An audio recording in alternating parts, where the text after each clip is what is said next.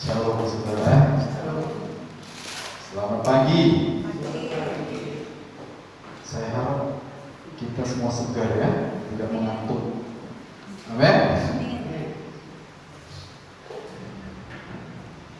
Baik saudara, pagi hari ini adalah minggu ketiga. Kita bersyukur bahwa Tuhan menjadikan tahun 2021 untuk kita jalani ya. Saya percaya bahwa tahun ini tetap akan menjadi tahun di mana Tuhan memelihara hidup kita. Amin. Di mana Tuhan memberkati hidup kita bukan saja dengan berkat-berkat jasmani, tetapi juga dengan berkat-berkat rohani yang kita perlukan ya. Baik saudara, mari kita buka Alkitab kita di dalam Injil Matius ya. Injil Matius pasalnya yang ke-6 ya. Kita baca ayat 1 sampai 18 ya. Pagi ini teks kita adalah Injil Matius pasal 6 ayat 1 sampai ayat 18.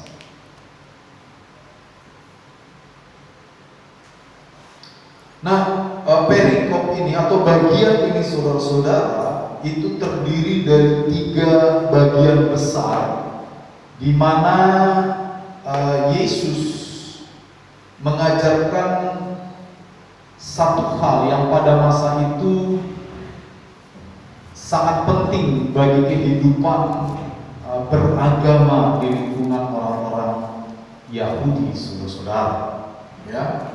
Jika kita melihat perikop judul yang diberikan di Alkitab kita, ada hal memberikan sedekah, lalu di bawahnya hal berdoa, lalu selanjutnya adalah hal berpuasa. Nah, saudara-saudara, ya, Matius 6 ayat 1 sampai 18 merupakan satu bagian besar ya tentang pengajaran Yesus sebagai kelanjutan dari pasal 5. Kalau kita nanti melihat pasal 5 saudara-saudara, di sana kita akan melihat bagaimana Yesus mengajarkan tentang hubungan manusia yang satu, atau kalau kita tarik ke masa kita, orang percaya yang satu dengan orang percaya yang lain. Jadi hubungan antara manusia dengan manusia.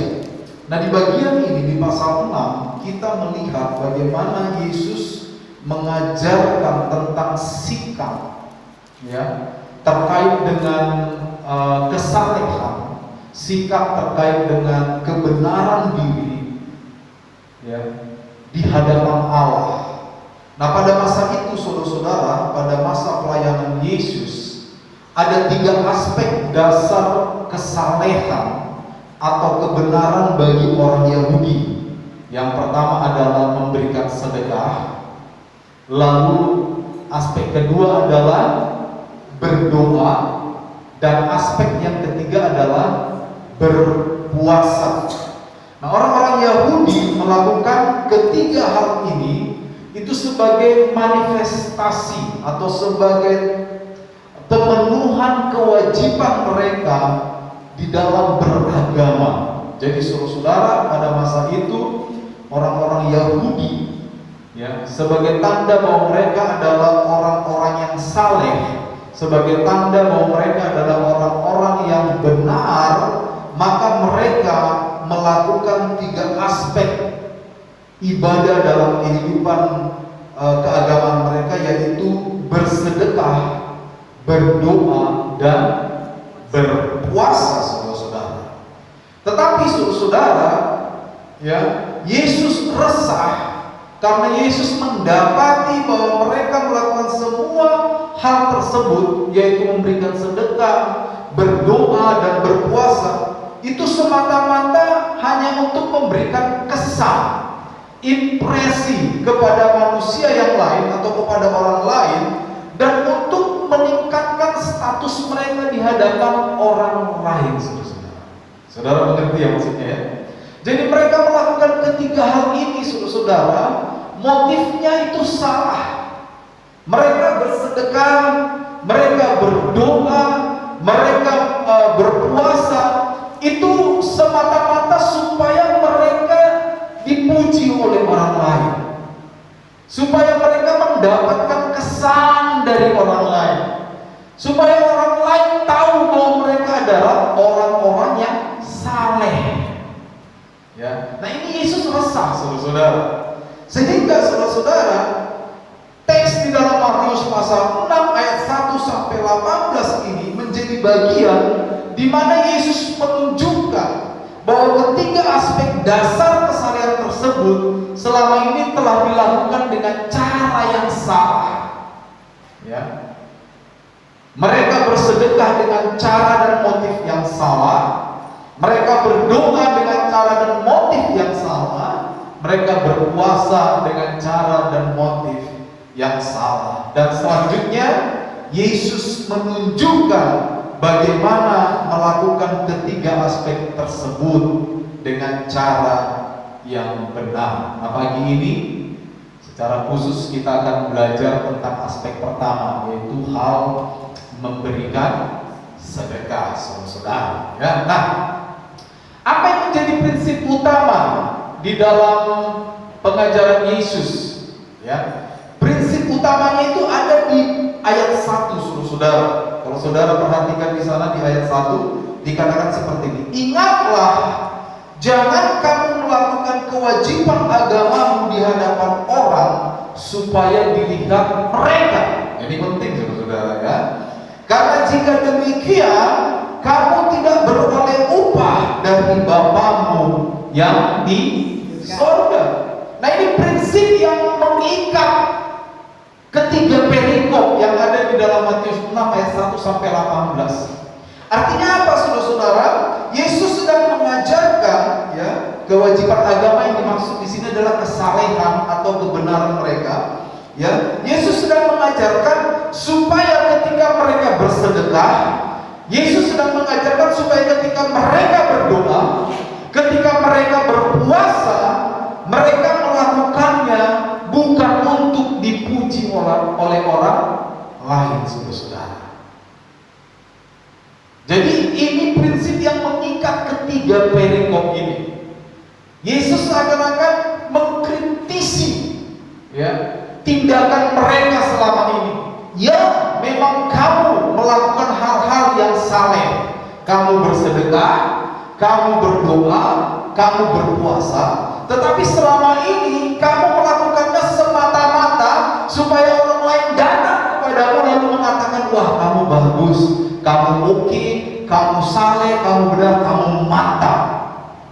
Jadi ada semacam motif yang salah. Lalu Yesus mengkritisi mereka dan berkata, jangan, tidak boleh seperti itu. Jangan kamu melakukan kewajiban agamamu, jangan kamu memberi sedekah, jangan kamu berdoa, jangan kamu berpuasa supaya dilihat orang, supaya dipuji orang.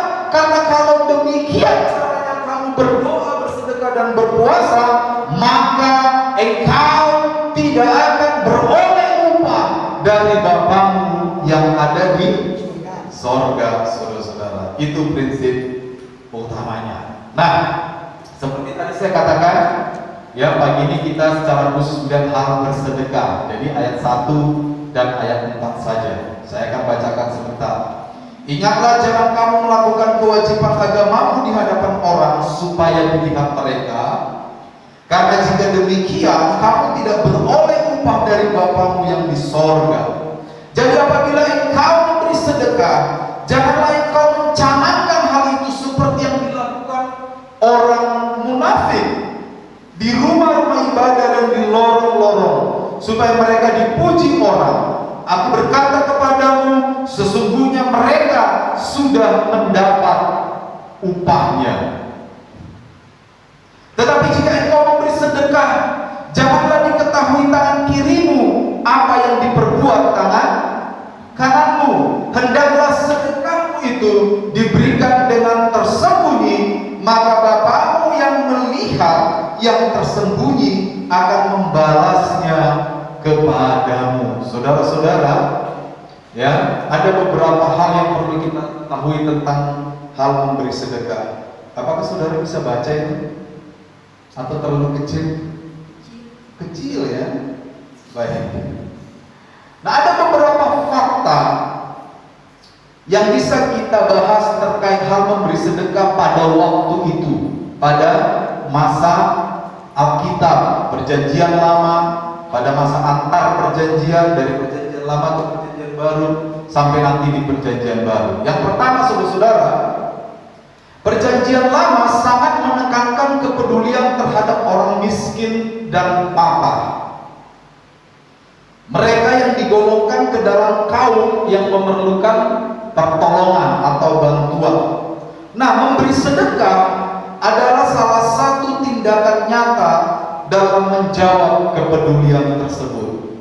Jadi Perjanjian Lama peduli terhadap orang-orang miskin. Nah, pada waktu itu praktek memberi sedekah sudah merupakan praktek yang lazim atau yang sering dilakukan, saudara. Sedekah diberikan kepada orang-orang yang membutuhkan. Sedekah diberikan kepada mereka yang papa, yang miskin, yang memerlukan, saudara. Nah, di dalam Perjanjian Lama juga, ya, orang-orang miskin dikategorikan sebagai orang yang berhak mendapatkan keadilan sosial.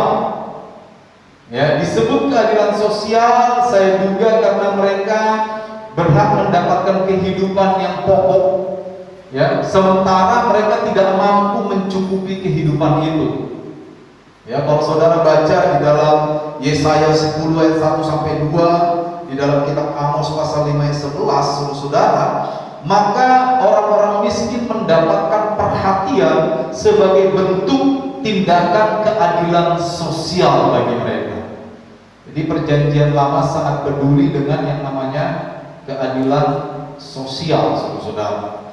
Bahkan dalam periode antar perjanjian, jadi setelah Perjanjian Lama, ya, ada beberapa ratus tahun, ya, itu tidak tercatat, lalu masuk ke dalam Perjanjian Baru. Nah, di dalam periode antar perjanjian ini, ya, memberi sedekah itu dipahami sebagai wujud belas kasihan. Jadi orang yang memiliki belas kasihan biasanya mereka adalah orang yang rajin memberikan sedekah pada waktu.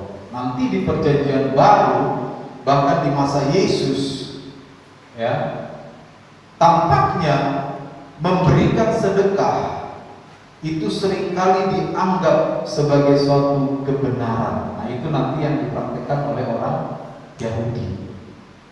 Jadi memberi sedekah itu menunjukkan bahwa mereka adalah orang-orang yang saleh. Waktu mereka memberi sedekah itu menunjukkan bahwa mereka adalah orang-orang yang beragama, menunjukkan bahwa mereka adalah orang-orang yang benar. Makanya tadi di ayat 1 dikatakan tindakan memberi sedekah, berdoa dan berpuasa itu disebut sebagai tindakan kewajiban agama.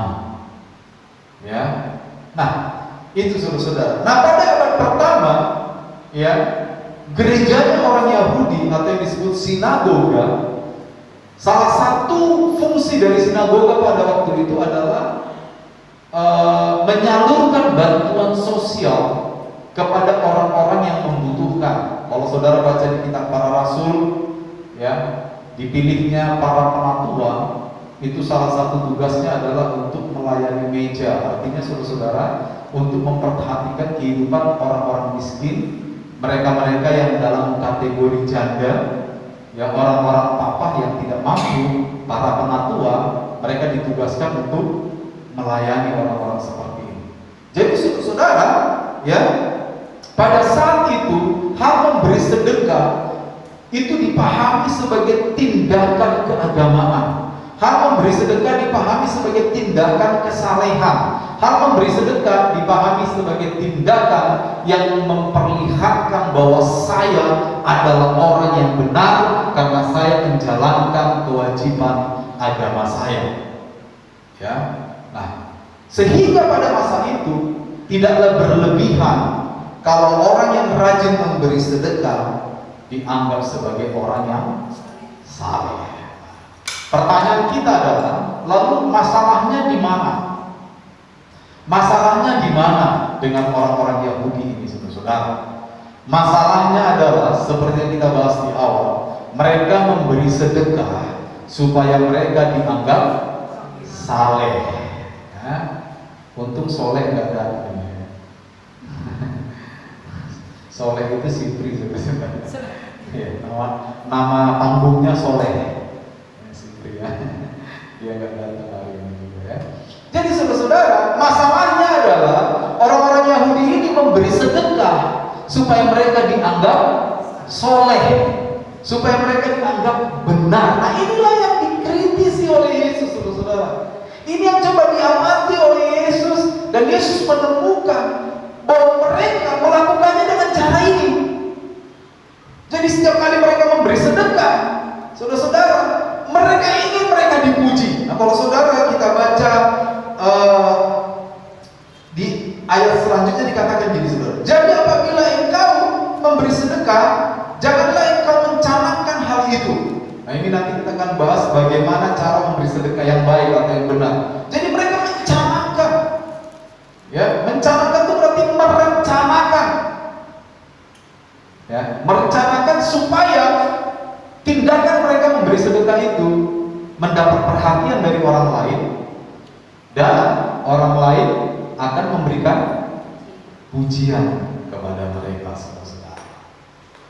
Nah, kita akan lihat setelah Yesus mengkritisi mereka, ya di ayat 1, lalu Yesus mengajari bagaimana cara yang benar untuk memberikan sedekah. Ya, kita lihat, saudara-saudara. Kita baca ayat 2 tadi ya.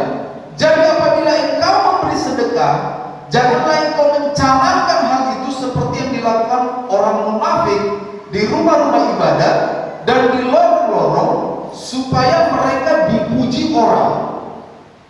Aku berkata kepadamu, sesungguhnya mereka sudah mendapatkan upahnya. Nah, tadi saya bilang mencanangkan. Yesus berkata, tindakanmu itu sudah baik. Tindakanmu itu sudah baik. Engkau menjalankan kewajiban agamamu itu sudah benar. Tapi cara engkau melakukan kewajiban agamamu itu salah. Kamu memberi sedekah supaya dipuji orang. Bukan begitu, kata Yesus. Lalu di ayat 2 dikatakan, kalau engkau memberikan sedekah, janganlah engkau mencanangkan hal itu. Mencanangkan itu, saudara-saudara, itu adalah satu kata yang sama dengan meniup trompet. Di dalam bahasa aslinya, mencanangkan itu adalah satu kata yang maknanya sama dengan meniup trompet. Saudara, saya mau tanya, kalau saudara meniup trompet, itu kedengaran apa enggak? Kedengaran sama orang lain ya?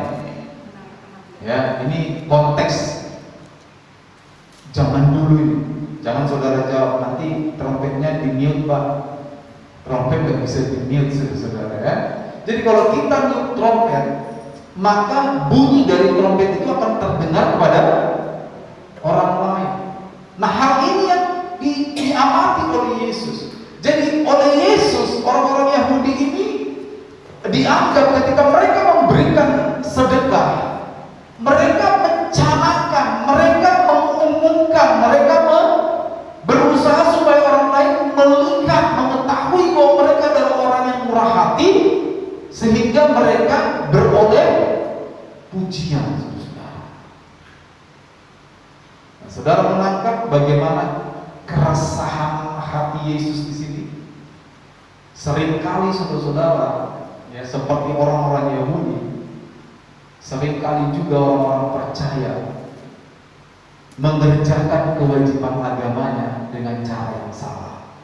Betul saudara? Nah, ini yang dikritisi oleh Yesus. Jangan sampai kewajiban agamamu engkau lakukan dengan cara yang salah. Kalau engkau melakukannya dengan cara yang salah, maka engkau tidak akan mendapatkan upah dari Bapamu yang surga. Di ayat 2 di akhir kan dikatakan begini. Aku berkata kepadamu, sesungguhnya mereka sudah mendapatkan upahnya. Mendapatkan. Nah ini juga menarik, karena kemarin saya lihat kata yang dipakai untuk mendapatkan ini rupanya adalah satu kata di dalam bahasa Yunani yang biasa dipakai untuk transaksi jual beli. Ya, nah begini saudara, kalau saudara datang ke pasar atau ke suatu toko, lalu misalnya ke toko saja ya, lalu saudara melihat mau beli kipas angin, saudara ingin mendapatkan kipas angin ini, saudara, ya, apa yang saudara harus lakukan? Kasih duit, saudara. Tanya harganya berapa, kan gitu? 250.000 Pak. Ambil uang 250.000, kasih uang, lalu kita bisa ambil kipas angin. Itu adalah transaksi jual beli. Nah di ayat 2 ini, kalau saudara lihat dikatakan ya, supaya mereka dipuji orang, aku berkata kepadamu, sesungguhnya mereka sudah mendapatkan upahnya. Nah kata mendapatkan di sini itu adalah satu kata yang kerap dipakai untuk transaksi jual beli seperti tadi, saudara-saudara. Sehingga apa yang menggelisahkan Yesus tampak jelas di sini, saudara-saudara. Orang-orang Yahudi memberi sedekah itu bukan karena mereka murah hati. Orang-orang Yahudi memberi sedekah karena mereka ingin membeli apa? Membeli pujian. Mereka membeli penghormatan. Mereka ingin membeli pengakuan,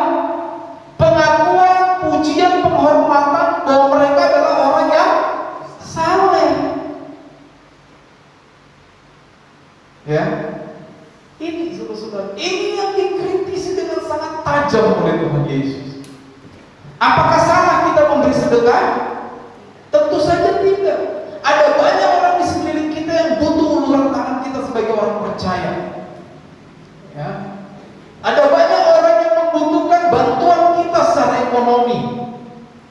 Mungkin saudara kita, mungkin orang tua kita, mungkin sanak famili kita, atau tetangga kita, atau siapapun yang berkekurangan yang membutuhkan bantuan kita secara ekonomi. Tetapi kalau engkau tahu bahwa engkau dibantu seseorang, tetapi motifnya supaya engkau memuji dia, kira-kira gimana hatimu? Itu sama dengan orang itu membeli kita, betul gak? Membeli kita. Nah kata yang dipakai ini unik, saudara. Ya, di dalam teks Yunani sendiri kata mendapat itu ada beberapa kata, tetapi kata yang dipakai di sini itu adalah sebuah istilah perdagangan yang umum saat itu. Jadi seakan-akan seperti ini. Orang-orang Yahudi memberikan sedekah bukan karena mereka murah hati, tetapi karena mereka ingin membeli pujian, karena mereka ingin membeli penghormatan, karena mereka ingin membeli pengakuan dari orang yang kepadanya dia memberikan sedekah. Nah motif ini yang dikritik oleh Yesus dengan sangat tajam, saudara. Sehingga Yesus dengan jelas berkata, kalau caramu memberi sedekah seperti itu, maka engkau tidak akan mendapatkan apa-apa yang daripada Bapa. Engkau akan mendapatkan apa yang engkau perlu. Maaf, engkau akan mendapatkan apa yang engkau inginkan waktu itu, yaitu pujian. Engkau mungkin akan mendapatkan pengakuan dari orang tua, orang ini baik, orang ini murah hati, orang ini waduh luar biasa. Ya cukup sampai di situ upahmu. Ya, itu aja upahmu. Dari Bapak nggak ada lagi, karena motifnya udah salah. Ya, motifnya udah salah. Jadi saudara, apa ide utamanya di sini? Ya, ide utamanya adalah yang pertama, ketika orang memberikan sedekah, maksud saya orang percaya memberikan sedekah, maka janganlah pemberian tersebut didorong oleh motif supaya orang lain melihat, lalu berharap orang lain itu memberikan pujian dan menganggap kita sebagai orang yang murah hati atau orang yang salah, itu salah. Amin. Jangan memiliki motif seperti itu. Sebaliknya, tindakan memberikan sedekah haruslah dilakukan sebagai tindakan penyembahan kepada Allah. Nah ini, saudara. Jadi tindakan kita memberikan sedekah itu seharusnya kita buat menjadi tindakan atau momen penyembahan kepada Allah. Artinya begini, saya memberikan sedekah kepada si A, saya menolong si A, saya membantu si A, bukan supaya saya ingin dianggap saleh, bukan supaya saya ingin dipuji, tapi karena saya menyembah Allah saya yang juga murah hati. Amin, saudara-saudara. Allah yang saya sembah itu adalah Allah yang murah hati. Dengan mencontoh teladan kemurahan hati Allah, itu sama dengan saya menyembah Allah. Amin. Ya, itu dia. Ya. Jadi jadikan saat atau momen atau tindakan kita membantu orang lain dalam hal apapun, membantu tetangga, membantu orang tua, bahkan waktu saudara membantu gereja atau apapun, jadikan semua momen itu sebagai tindakan penyembahan kepada Allah. Ya, itu sebabnya di gereja kita saya membiasakan diri untuk tidak mencatat bantuan-bantuan yang saudara berikan. Apakah saudara tidak keberatan soal itu? Atau ada yang keberatan, Pak, mohon dicatat, Pak, diumumkan. Ada? Saya harap tidak ya. Ya, jadi waktu kita memberi, maka kita memberi sebagai tindakan penyembahan. Bukan supaya pemberian kita dilihat orang, lalu gile, Pak itu sering, ya kan? Ya kan? Gile, apliret, misalnya, ya kan? Mantap. Bukan, tetapi ketika kita memberikan sedekah, ketika kita memberikan pertolongan ekonomis kepada orang lain, ketika kita memberi bantuan keuangan kepada siapapun, ya, kepada siapapun, bantuan sosial atau bantuan untuk pekerjaan Tuhan, pemberian misi atau apapun, maka lakukanlah tindakan pemberian itu dengan satu motif, yaitu penyembahan kepada Tuhan, kepada Allah. Nah itu saudara. Sehingga tindakan kita memberikan sedekah itu menjadi tindakan yang benar dan upahnya juga benar. Saudara, memberikan sedekah merupakan urusan pribadi yang dilakukan hanya untuk menyenangkan hati Tuhan. Ya. Sekarang ini banyak beredar, saya juga tidak mau menghakimi atau menjudge mereka, tetapi saya kerap kali melihat di Facebook, ya, ketika gereja atau orang-orang percaya memberikan bantuan sosial di jalan-jalan, mereka foto-foto, lalu di-tag di-post di Facebook atau di beberapa platform media sosial lain. Hashtagnya rohani, saudara. Berbagi itu indah. Hashtagnya itu rohani sekali. Tetapi bagi saya pribadi, saya tidak akan melakukan itu. Saya membayangkan saya adalah orang yang diberikan bantuan. Lalu saya menerima bantuan itu, lalu difoto, di-post di Facebook. Ya, ada juga yang mulai memblur wajah mereka, ya, supaya tidak kelihatan wajah saya. Tapi akunnya kan jelas, akunnya kan jelas. Saudara-saudara, mudah-mudahan motif mereka tidak salah, tetapi saya memilih untuk tidak melakukan ini. Beberapa kali gereja kita melakukan tindakan-tindakan sosial, ya, memberikan bantuan sembako untuk penyapu jalanan, ya, lalu dan sebagainya. Saya mengingat kita, atau saya melarang untuk mempost itu di media sosial. saudara. Ya, sekali lagi bukan berarti orang-orang yang post itu saya anggap salah, tidak, tetapi saya pribadi memilih untuk tidak melakukan hal yang sama, saudara. Ya. Jadi mari saudara, memberikan sedekah merupakan urusan pribadi yang dilakukan hanya untuk menyenangkan hati Tuhan.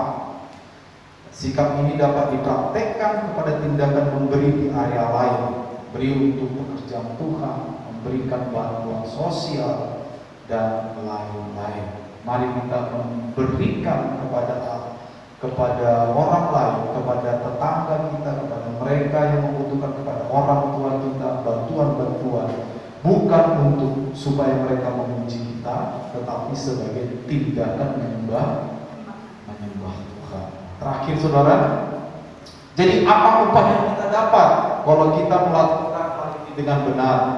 Firman Tuhan berkata, tentu saja Bapamu yang melihat yang tersembunyi akan membalasnya kepadamu. Yang kita dapat apa? Balasan dari Bapa di surga. Bentuknya seperti apa? Kita tidak tahu bentuk balasan atau upah dari Bapa di surga. Tetapi selalu dapat dipastikan bahwa kalau Bapa kita yang di surga yang memberikan upah, itu pasti yang terbaik. Amin? Itu pasti yang terbaik. Bapa kita tidak pernah salah memberi upah. Jadi kalau Bapa kita yang di surga yang memberikan kepada kita balasan, pasti terbaik. Ya, Firman Tuhan juga mencatat bahwa segala yang baik itu datangnya dari mana? Dari atas, dari Bapa segala terang. Padanya tidak ada cacat celah.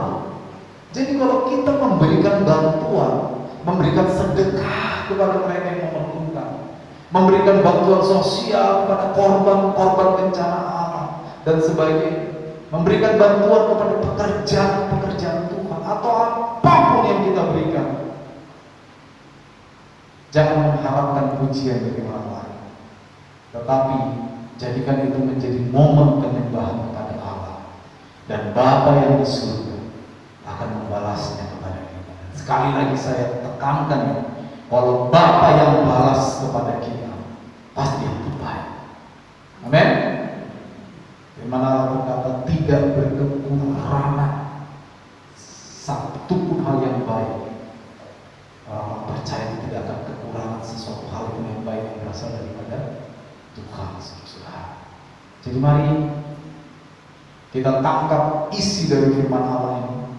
Setelah pulang dari gereja ini, kalau kita diberi kesempatan oleh Tuhan untuk membantu orang lain, kalau kita diberi kesempatan oleh Tuhan untuk lihat tetangga kita lalu mereka membutuhkan betul-betul dan kita membantu, kalau kita diberi kesempatan untuk membantu pekerjaan Tuhan di gereja atau dimanapun, maka lakukanlah semua itu sebagai momentum di mana kita menyembah Allah. Lakukan dengan benar tanpa motif supaya saya dianggap saleh, tanpa motif supaya saya dipuji oleh orang lain. Karena kalau motif itu yang kita pakai, itu sama dengan transaksi jual beli.